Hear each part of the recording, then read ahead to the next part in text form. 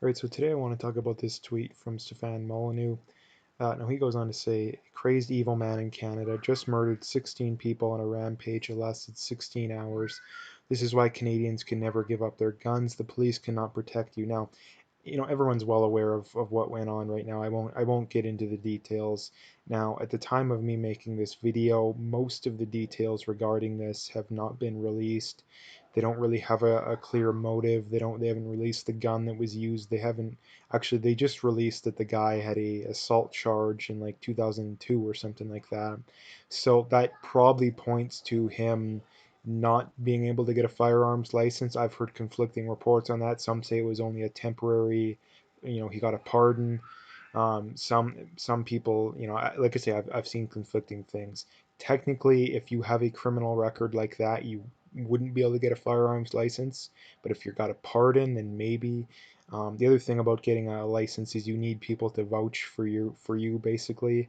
Now they can be friends, but still, and like I say, they do background checks literally every day. So if you commit a crime, and next day they'll, like I say, the computer system does a background check every day for PAL holders. They'll come after you if you get arrested for something that is within the bounds of taking away your license. So getting that's a different topic in and of itself. The main thing I wanted to get at here is this is why we shouldn't have more gun control. We have all these idiots out there calling for more gun control, and like the big problem is 99% of these people don't even know what the current gun laws are. I see most of these people saying we need background checks, we need ban on assault rifles, even though we already have background checks, we already have a ban on assault rifles. Most semi-automatic rifles are heavily restricted already, and not only that too is that whenever you get into a debate with someone on gun laws, they'll always point out, oh, Canada has a lower murder rate than the states because of our gun laws. And then when it comes to something like this, they say, yeah, we need to drastically increase our gun law, gun control. Well, then I point out, well, which one is it? Do we have a much lower murder rate because of our gun control, or is our gun control not nearly strict enough? Now, the real reason that we have a lower murder rate is that we've always had a lower murder rate. And like I say, guns have nothing to do with it. The amount of guns in the States has more than doubled over the last 25 years. Meanwhile, the murder rate has been cut by like 40, 50%. So not only that, like I've said, the constitutional carry states don't have a higher murder rate. The states with the strictest gun control don't have a lower murder rate. So there's very little, if any, correlation between gun laws, the amount of guns, and crime. There's a lot of other things that cause crime that I'm not going to get into here. I've made videos about that, so check that out. But the reason that the reason that people want gun control is that they want a big, giant, massive government. They want a big, giant state. And the problem with that is that gun ownership stands in the way of that. So, and like you always point out too, is the argument people always come back with, well, oh, you can't defend yourself against nukes or against, Scud missiles, or these multi-million, individual missiles, that you see in the movies and stuff with your AR-15 or with your shotgun. But what they don't realize is that to have a tyrannical government, think North Korea, or something along those lines. You need boots on the ground to control the public. No matter how, I mean, North Korea has nukes, or the very least we think they have nukes. They always practice, firing nukes into the ocean. They're not, they don't have really good nukes, but they have them. And yet, do they allow their citizenry to own guns? So again, the only way that argument makes sense is if governments with nukes allow their citizens to own guns, especially tyrannical ones. But considering North Korea, they don't let you own guns. So that, again, that is a terrible argument. Absolutely, again, people who make that argument have not thought about things whatsoever. And again, the argument doesn't make sense either. Semi-automatic rifles make up like 100 deaths, 200 deaths in even all rifles in the states. You're in the low hundreds for the amount of people that die from them. The overwhelming majority of murders committed with guns are with cheap handguns. Now, the reason that they don't go after that is it doesn't fit the narrative. It doesn't fit the narrative. Um, And the other thing too is that if they did go after that, well, guess what? They would realize that 80-85% of guns used in crimes are guns that were obtained illegally, which means an outright gun ban would have maybe a 10% effect on crime, and that's if it was perfectly laid out, perfectly planned out, and all that kind of stuff, which the government never does. So we're talking about spending billions of dollars to for a reduction in low single digits in crime, 2-3% at best.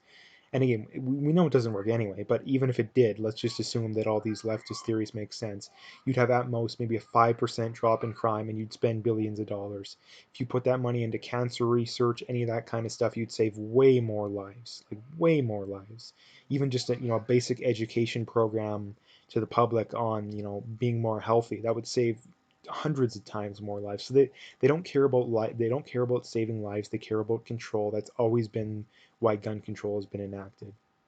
So again, and the other thing I wanted to point out here is that people have this false sense of reality that the police are going to protect them. The police show up after crimes happen. And not only that, the police don't have a duty to protect you, at least in the States, and I assume Canada is the same. The Supreme Court has ruled that police don't have a duty to protect you. And that, like I said, that's been ruled on multiple times. The Supreme Court even ruled on it. So the police aren't going to be there to protect you. If you're lucky, they are, but most of the time they're not. If you live in a rural area, you can almost guarantee they're not going to be there. So that's something to make sense of too, is that you have a lot of these, people that live in the city that have never been out of the city in their life, or at the very least, they don't understand, more rural culture, and that they don't realize that the police could be 30-40 minutes away in a lot of these situations. Like where I grew up, nearest police station was 15-20 minutes away, and that's there's like two cops on duty at any given time. There's not a whole big massive police force like in the city. And even in the city they're still 5-10 minutes away. Like 5 minutes, do you know how long that is? So again, that's one thing that we have to keep track of too. And like I can't stand, like I want to reiterate too, I can't stand these people that it's not that we disagree. People say, oh, you just have a difference of opinion, you shouldn't be so hard on them. Well, no, it's that I'm actually relative, compared to them, incredibly educated, and I actually have a decent idea of what I'm talking about. And you have these people that they couldn't even tell you what it takes to buy a gun. I guarantee you 99% of people calling for gun control couldn't even come close to describing the current gun laws. And the reason why I know that is that 99% of the time they're calling for laws that already exist. You have these people calling for background checks, calling for bans on assault rifles and all this kind of stuff. And again, really bothers me. And that's the one thing that we have to, before we can have a discussion, we at least have to we can't have one side of the discussion, or at least mostly one side of the discussion, that's completely uneducated, completely out to lunch. And the reason why it's never going to happen is because if they educated themselves, they'd realize that they're completely wrong, which is why it's never going to happen. So that's something that's very sad, but it is what it is. And like I say, the main reason I wanted to make this video is that, I mean, Trudeau's calling for gun control, so I'm sure that's going to be a big topic in the coming months and years. And I mean, they're probably going to figure out a way to get it pushed through. But the problem with this shooter is that what we know up to this point is that it was more than likely, it doesn't fit their narrative, because if it fits their narrative, they would be all over preaching about how this guy with the crazy, scary looking semi-automatic rifle, and all this kind of stuff. And the fact that that didn't make sense is that um, it doesn't make sense too. And the other thing to point out too is that this guy, he took the time and effort to create a near perfect replica RCMP vehicle, a near perfect replica RCMP uniform. And then to agree with gun control in this case, you'd have to think that, oh, the guy clearly took probably at least, what does it take, at least 20-30 hours to create a near perfect RCMP vehicle, RCMP uniform. It takes tens of thousands of dollars. You're telling me that he can't just drive across the border and go buy a handgun in the States? Like, come on, the argument makes no sense whatsoever. So, and again, it just goes to show just how little people that that you have these people that it's let's ban guns now. Like, you just look it up. You see people, we need an outright gun ban right now.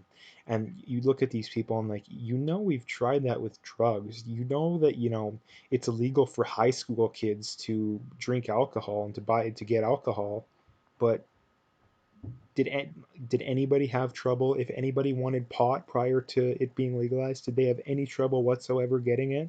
Do you remember one high school party where it's like, yeah, guys, we're not going to be able to have the party because we couldn't get our hands on any alcohol? Like, come on. Like, are we really that stupid? Like, come on. Like I say, 85% of guns used in crimes are obtained illegally. Banning guns is not going to do anything to prevent any gun crime. Um, so anyway, I'm going to leave it there. I just wanted to make a video about this because people are so uneducated when it comes to guns in Canada, even compared to the average topic. So I wanted to make a video on it. But anyway, I'm going to leave it there. If you like the video, make sure to hit that like and subscribe.